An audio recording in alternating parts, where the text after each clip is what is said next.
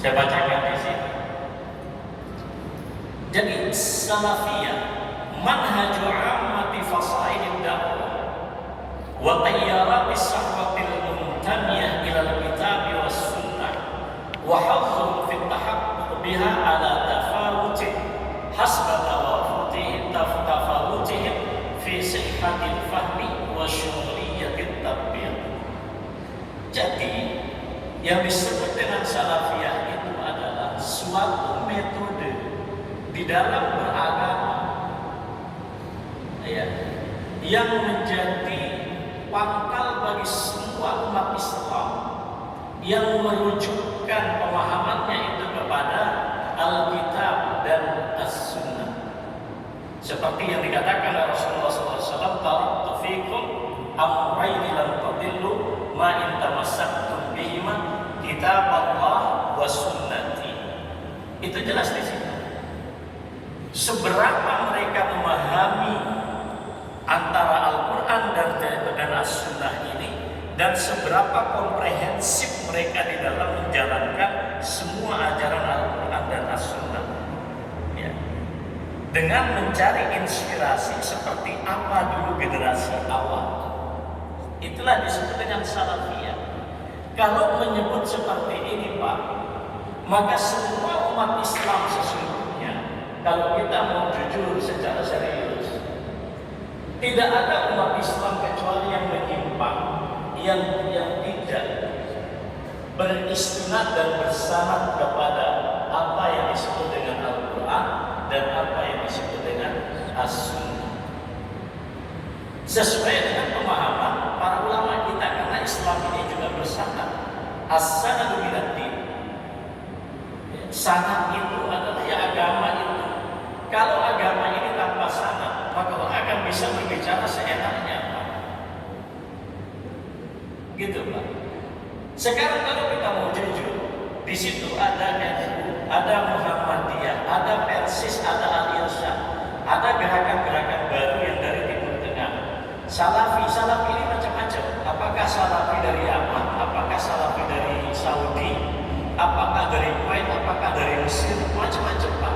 Salafi ini nggak utuh juga. Di Yogyakarta ada Salafi Utara.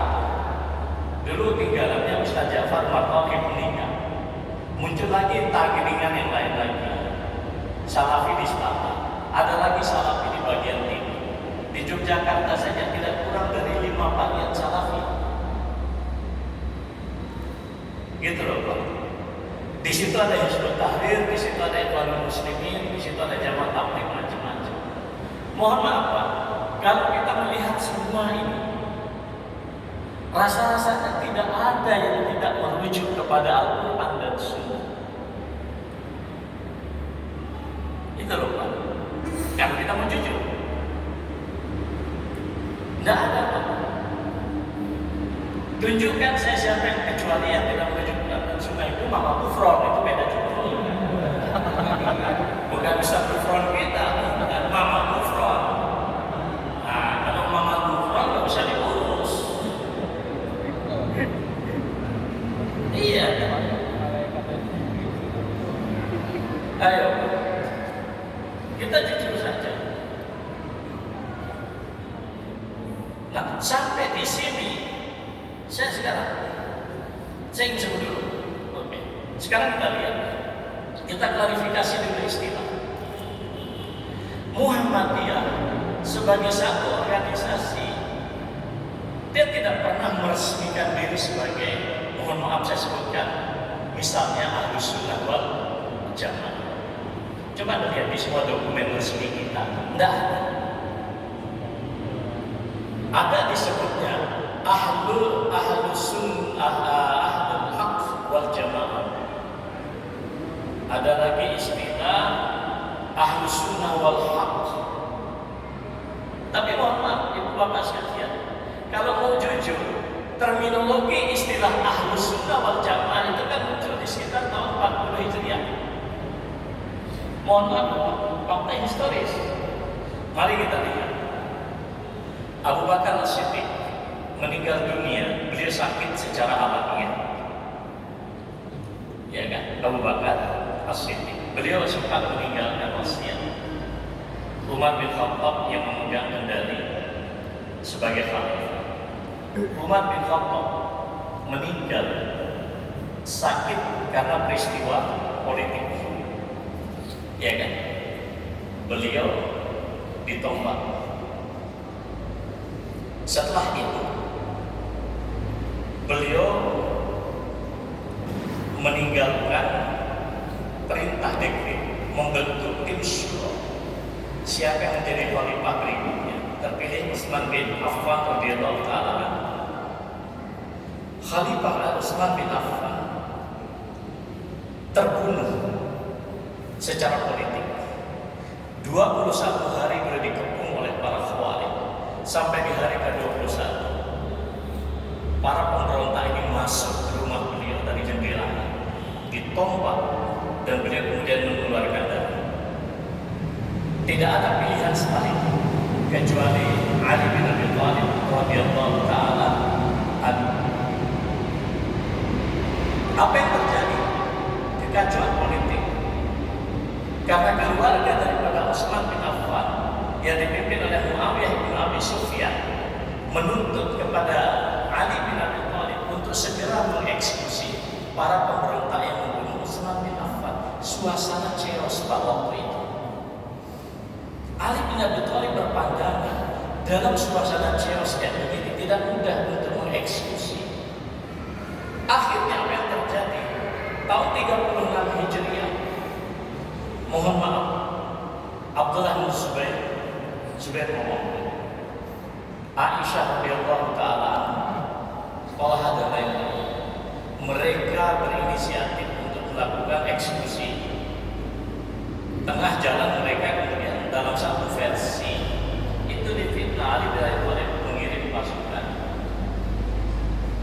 Terjadilah perang Jamal. Nggak nyampe 1 tahun terjadi lagi perang Siffin. Itu 37 Hijriah. Berapa yang mati perang Siffin, Pak? 10.000 sahabat. 10.000 sahabat. Ali bin Abi Thalib juga terbunuh. Iya kan? Ali bin Abi Thalib diam-diam dimakamkan, pendukungnya membaiat Hasan bin Ali. Muawiyah sudah mendeklarasikan diri di dalam perang Siffin. Kita punya pemimpin sudah tua itu. Ali bin Abi Thalib di satu sisi, kemudian Muawiyah bin Abi Sufyan. Tahun 40 Hijriah, Hasan bin Ali menyerahkan kepemimpinannya kepada Muawiyah bin Abi Sufyan. Luar biasa Pak pada masa itu. Nah, pertemuan ketika disebut para pengikut Hasan bin Ali tidak sepakat Pak untuk menyerahkan kepemimpinan, tapi yang menarik adalah hikmah lidima'il muslimin, untuk menjaga tumpah darah umat Islam. Maka kepemimpinan diserahkan kepada Muawiyah bin Abi Sufyan. Kalau kita mau jujur Pak, melihat suasana politik kayak gitu, saya nggak tahu Mas Fidil, rasa-rasanya saya bersimpati kepada Ali bin Abi Thalib melihat fakta politik waktu itu. Tapi mau ngomong apa? Sejak kepemimpinan diserahkan kepada Muawiyah bin Abi Sufyan, barulah sebetulnya istilah Ahlus Sunnah wal Jamaah itu dikenal di dalam sejarah.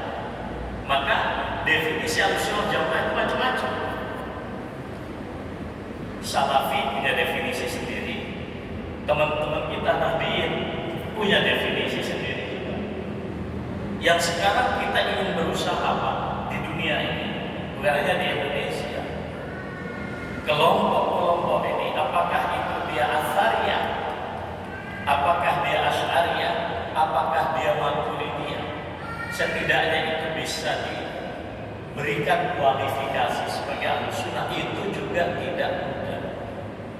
Maka Muhammadiyah Kalau masuk di dalam pertikaian tentang istilah ini, nggak jadi kita bikin rumah sakit. Habis energi kita untuk bertikai secara internal. Belum lagi kita bicara Syiah di satu sisi. Coba lihat, Suriah Pak, itu sudah lebih 150.000 orang yang meninggal dunia, mati dalam perang. Yaman juga begitu. Yang ngirim bom itu kayak melempar jumroh. Bismillahirrahmanirrahim.